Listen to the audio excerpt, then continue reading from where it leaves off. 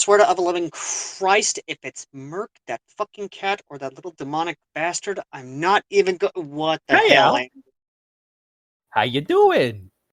I decided to pop in for a little visit.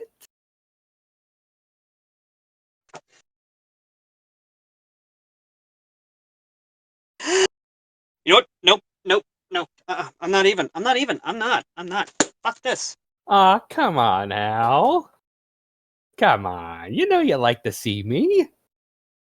Don't you, come on, Al, me. I had to deal with Merc. I had to deal with his little demonic hellspawn of a cat girl. I had to deal with even a little other demonic hellspawn, which may have been just a figment of my imagination. I may have just blacked out because of lack of sleep, but still.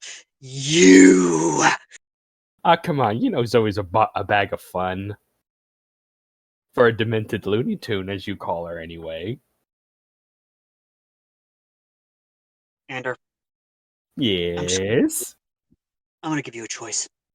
A, I let you review a fucking horrid Harry Potter fanfiction, or B, I let you review 2 Harry Potter fanfictions that actually have a really cool, interesting concept, and I did a pitch meeting on. Link in the description and after the video. As much as I would love to torture you with a horrible Harry Potter idea, we'll save that for later. So, let's do the 2. Actually, it's you. Ooh, me? Yes, you, as in, I'm going over here to play some fucking Fallout, and you're gonna review these 2 videos, you're gonna do the whole thing. I am out. Peace! Don't y'all just hate it when he decides just to run off on you? Fuck you too, Well. April. Oh, well. Hello, everyone from here to there and everywhere in between. As you know, I am AnderFell.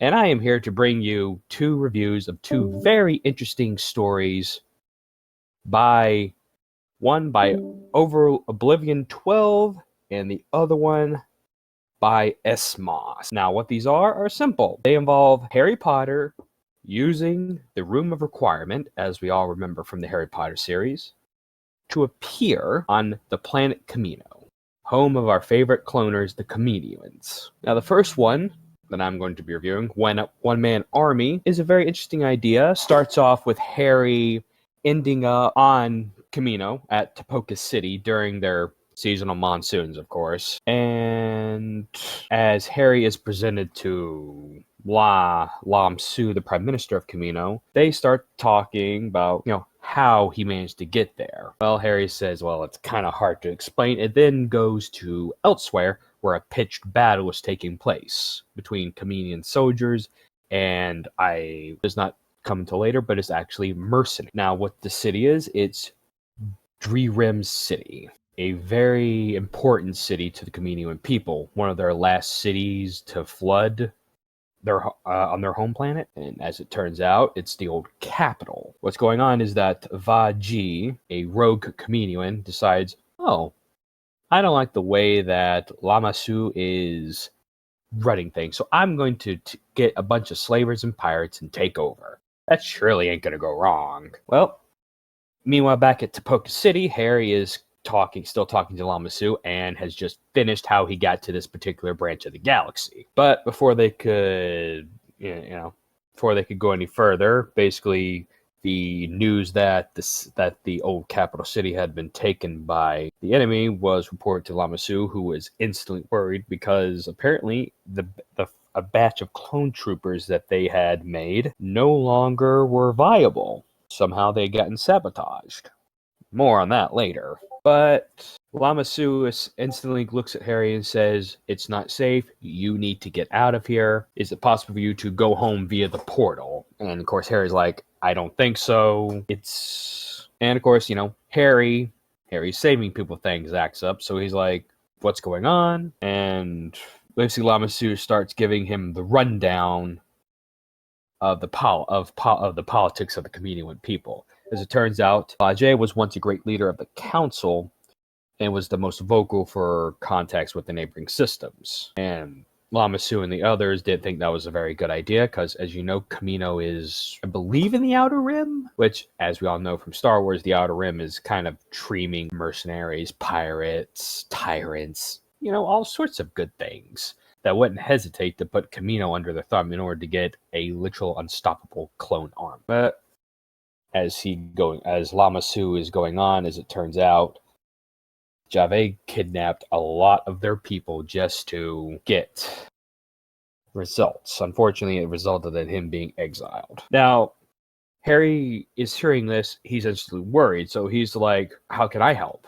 And, he hears that the latest template for a clone batch was tampered with, destroyed. So he instantly offers his own genetic material to make clone troopers. And of course, at first, Lamassu is a little hesitant because he's just like, well, I mean, we really don't know you. You're just a child. But Harry's like, yeah, but I'm the only one here that can help you. Right now, at least. So he's thinking about it, and he's like, well, what would you demand in return for something like this? To which Harry basically says, I want control of the army of myself. And once Javed is defeated, they will leave to go find Earth, which is somewhere in the wider known galaxy. More than likely, it's probably in the outer rims or beyond sectors. Now, of course, Lamassu is a little hesitant and all that. So he's like, well, how do we know you'll keep your end of the bargain if we kept ours? And Harry's like, yeah, but we both have something the other wants. You don't want Javed to take over, and I need help getting home with an army. So reluctantly, Lamassu basically is like, okay, you'll have your army. Bringing in another Kaminoan, this one is called Belveo, brings him to the lead scientist to get the DNA sample to start the cloning process. And as he leaves the room, Tana Wei turns to Lamassu and basically says, are we sure we made the right decision? To which Lamassu says, we have little choice but to trust him right now, but I believe he will. And should he fail, well, the only option is we all die or we are under the boot of Javed. And the only thing about the first opening chapter is it doesn't tell us when Harry is. We know he's at Hogwarts, but we don't know if this is if this is after fourth year or in his fifth year or his sixth year. It doesn't really tell us, unfortunately.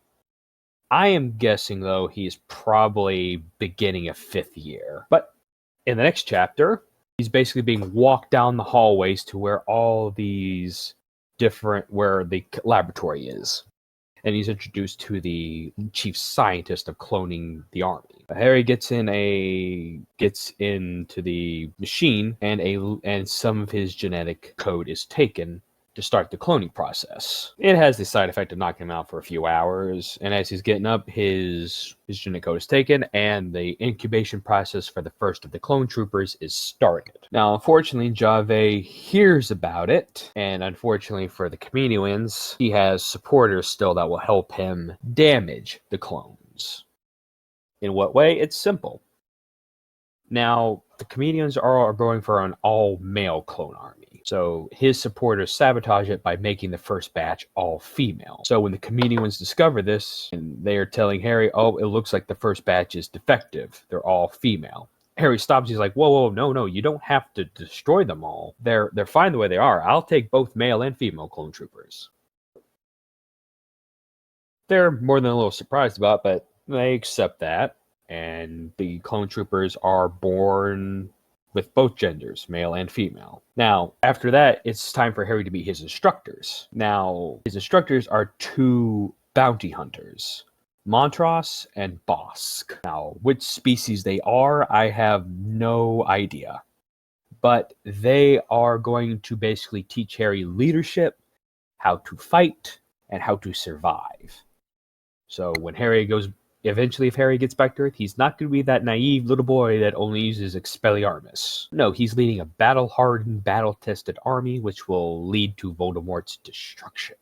Now, as Harry is training with Voss and Montrose, he basically ends up fighting them for a few hours, but it's been about 2 months since he first met the bounty hunters, which is enough time for the clones to have been grown, and he meets the very first clone troopers. The very first one, which is ACC-07, leader of the 1st Mobile Legion, as she introduces herself. Her and the other female clone troopers basically get to meet Harry in a not so nice way. He basically does that whole anime protagonist thing where he accidentally bumps into her chest and leans into it, going nice and soft, which leads to, the typical, okay, we're not sure if we like you or hate you now, so we're just going to be neutral about you. It time skips another 2 months later where they are basically now using live training exercises with Harry and his clone troopers. And eventually they are sent to the D-Rim city where they are going to be basically putting it under siege to get, Jave out of there.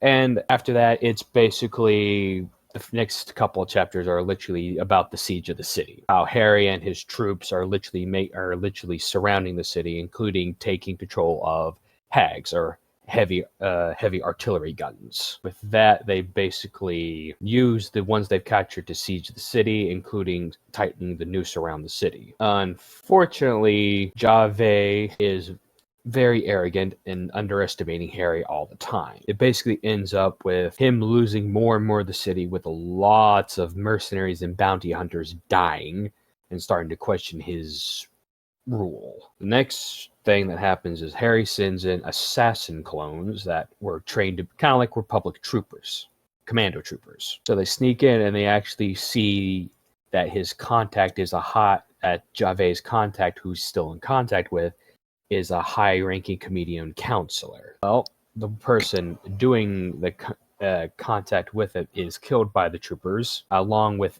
the counselor being exposed. They are arrested, and all of their information on their computer is downloaded and exposed. Now, at the same time in this, the council session on Coruscant, the Jedi Council that is, they basically have visions of Harry leading a clone army. Now, whether or not magic is similar to the Force, that's up for an entirely different debate. But they basically end up sending a Jedi Master and a Padawan to Harry in order to, guide him, as they say, down the right path before a Sith finds him. Now, after the siege is over at D-Rim City, as it turns out, they find a Jedi holocron of Master Qualsneck, or Qualsneak, however you want to pronounce that. So Harry starts to learn from him, learn the Jedi ways. So it cuts to 6 months later, where he has learned a lot from the Jedi Master in 6 months.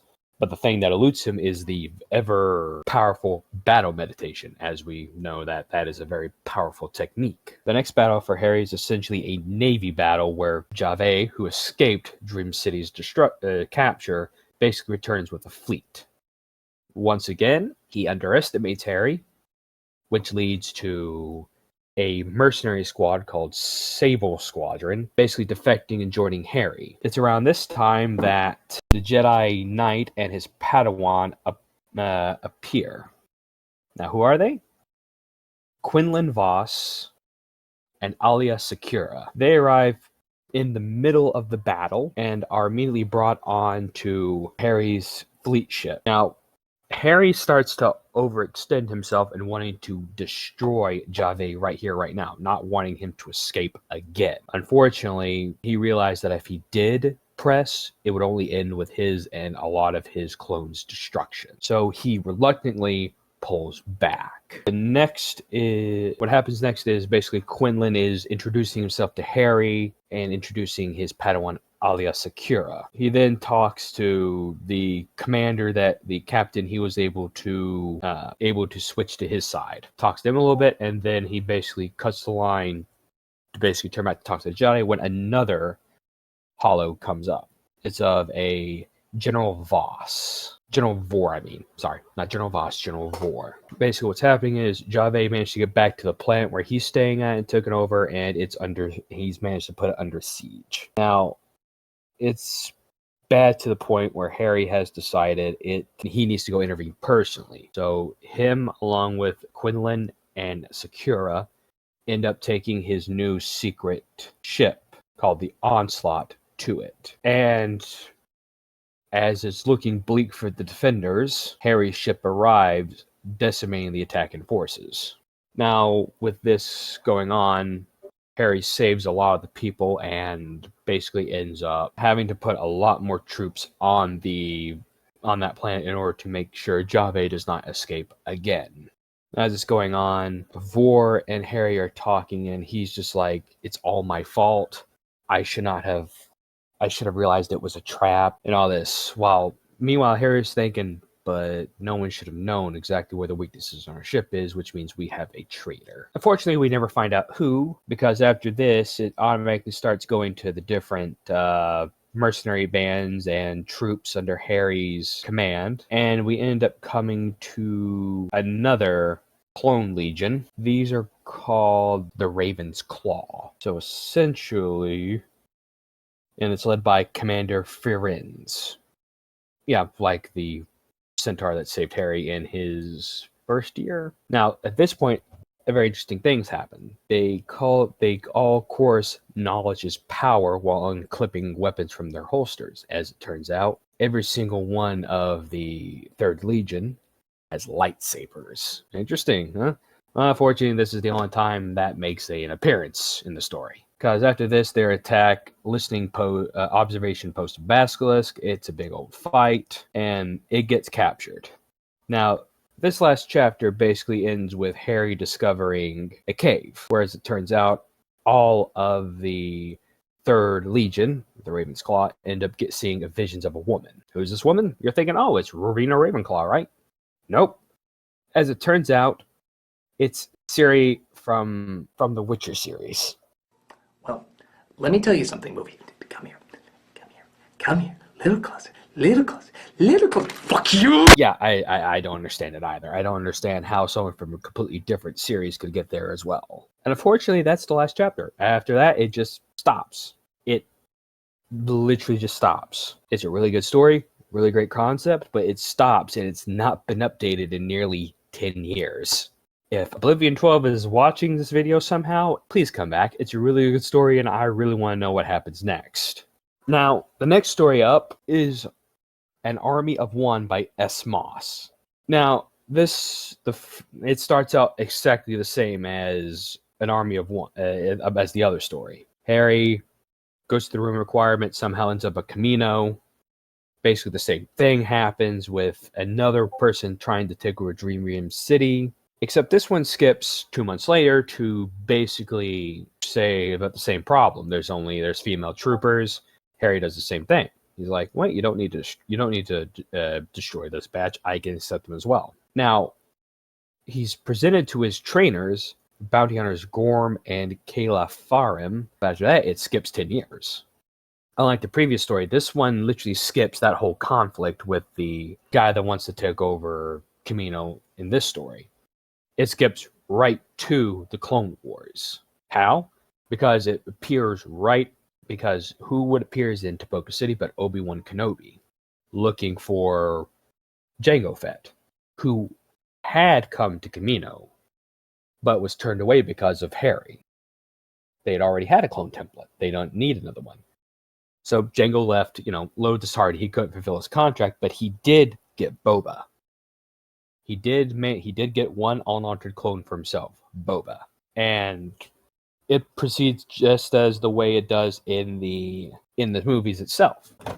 Obi-Wan Kenobi finds out, he reports back to the council, and with Harry's help, finds basically that the last place Jango was going was... Now, while this is going on, Harry went to the command center for the Camino Defense Force and basically recalled his second in command, a Major Lilith AC-001. He asked her to recall the fleet because he feels the wind's changing. And as we know what happens, the Clone Wars are beginning. Harry and his clone army were basically contracted to save Obi-Wan Kenobi, Senator Amidala, and Skywalker from Geonosis and the CIS. Now, the Battle of Geonosis starts and ends the same way, with Harry and the clone troopers arriving on Kamino. But, as it turns out, the Prime Minister of Kamino has transferred the force from the Kamino Defense Force to the Republic, and Harry and his clone army becomes the Grand Army of the Republic. Now, as this, Harry becomes literally the marshal for all of his troops, as per the agreement that he retains ownership of all of the clones. And of course, instead in this universe, the Jedi are not given supreme command over all the clones. They're given command roles, but not supreme command. That lies with Harry himself. So while we do have like Jedi generals and all that, they're not the supreme commanders like in the movies or the TV show. Now, it then skips the Battle of Geonosis, the first Battle of Geonosis. Basically goes to 4 months later and basically shows Harry fighting on the front lines because he has never been the type of person just to sit back and let others fight for him. And as this is going on, Palpatine tries to do the whole, oh, well, we need you here on Coruscant to basically advocate for the military. And Harry pulls the trick. He's like, nah, I'm appointing my second in command to that position. Now, as this is going on, about 6 months later, Palpatine tries a little tricky trick. He tries to give Anakin Skywalker command over the Navy of the Republic, which is made up of, Harry's forces. Harry finds out, and he's not happy. He's like, they are mine to command alone. You do not get to trick me into trying to give up some of my forces. And of course, Skywalker at this time, Anakin, is really close with Palpatine, seeing him like a father figure, because no one knows exactly what he is like. And of course, at this point, Anakin is recalled to the council chambers, and they is basically they're asking, what were you thinking? Why would you do this? You know how he feels. And Anakin's like, well, why do we have a man that doesn't even trust our leaders in charge of the military anyway? Well, it's because we know Harry has a good reason for not trusting Palpatine. Anakin doesn't realize that, or doesn't want to realize that. It's also in this time that Anakin and Padme aren't as close as they were in the movies and TV show.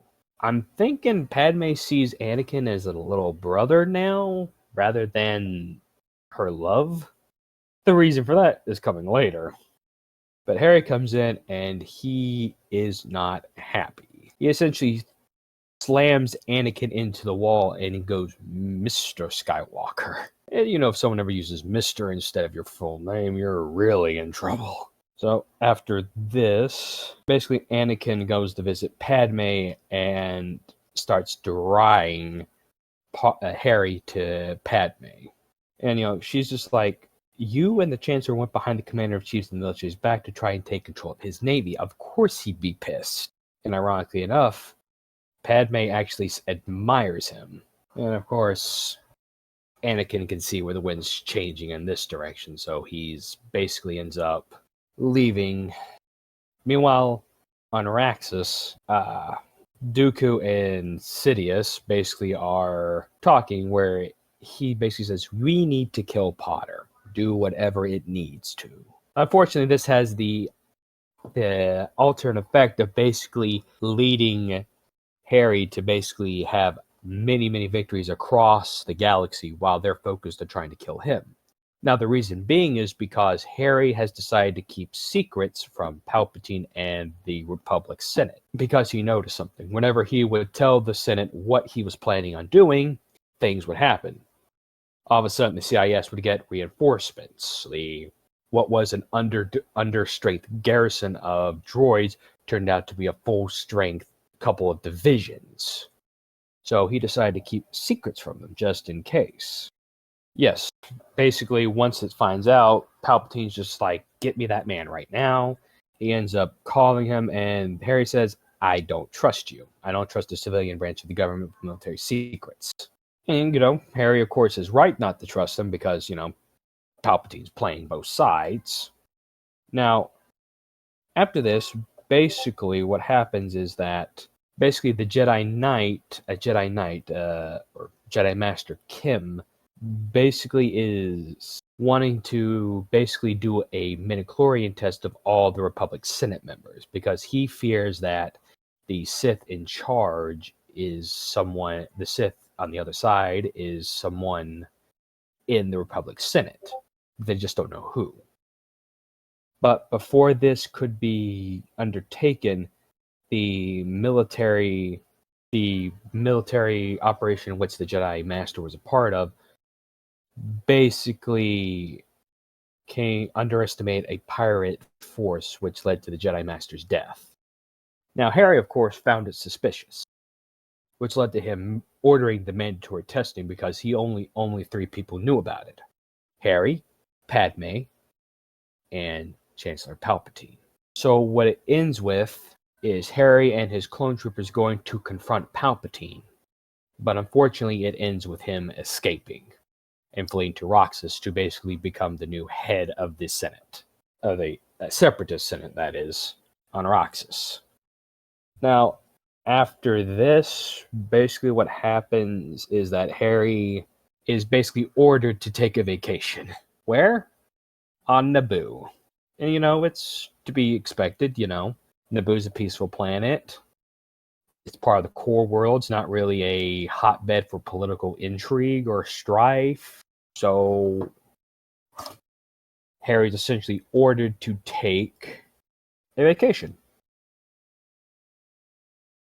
But what happens to that is Harry arrives on Naboo and ends up, meeting the Colonel Panaka and the new Queen Niutni.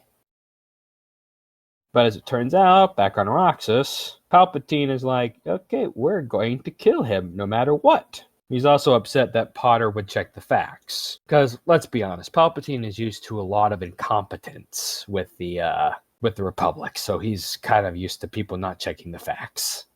Now, unfortunately, in this, basically, Palpatine has ordered Tyrannus, or Dooku, to use biological warfare. Because after this, Padme and Harry are attacked by Separatist forces that have snuck onto the planet after a big space battle in the sector above Naboo. It basically ends with Harry getting shot, knocked unconscious, and all of the Nabooians under attack by Separatist forces. Now, during all this, Harry ends up meeting, I am guessing, the Force, but instead of it being the father like we know, it's actually a woman who says, "You can call me Meg," and she basically asks Harry to help take care of her children, the Force people, Force sensitive people, and make sure that the dark and the light are truly balanced as should be. Basically, the Separatists basically end up withdrawing from the system after droids end up making it to the surface, which I'm guessing was a setup for something like they end up talking to the Gungans to ask them for help in fighting the droids that escaped, and even months later they're still looking for the Separatist forces that escaped into Naboo. Harry ends up talking to one of his clone commanders, Commander Alia, and with the Battle of Atrican, basically Harry ends up saying to basically base Delta it, which is basically the Republic Navy code that would the last resort message. Basically, it is destroying the whole planet or everything of value on the. So base Delta is only commenced once all personnel and civilians are off the planet. Basically, it will blow the entire planet to hell. That they will be until all that remains of the bombardment area is nothing but, lava, superheated dirt, and all that. And as this is going on, we find out who is now leading the Republic. It turns out it's Bail Organa from the Alderaan planet. And him and Bail talk about changes to the Republic Navy and Army which would benefit them. And he also finds designs that were in the archive. So I'm guessing we're going to see armor and weapons from the old Republic era making a revival, such as personal shield generators and the like. Who knows? Unfortunately, this is the last chapter, because this ends up on the last chapter, and it ends right there after a night of passion with Padme. And unfortunately, that is the last chapter. After this, we don't know where it goes, because it ends right there. Plus, if you're listening as well, please come back and do this story, because this literally has not been updated in nearly 10 years as well. And this, much like the other one, is really good. I really want to see where you're going with this. I really wanted to see the ending of this, where Harry does find Earth and ends up completely bringing all of Earth into the Star Wars era level of technology. That is the end of this.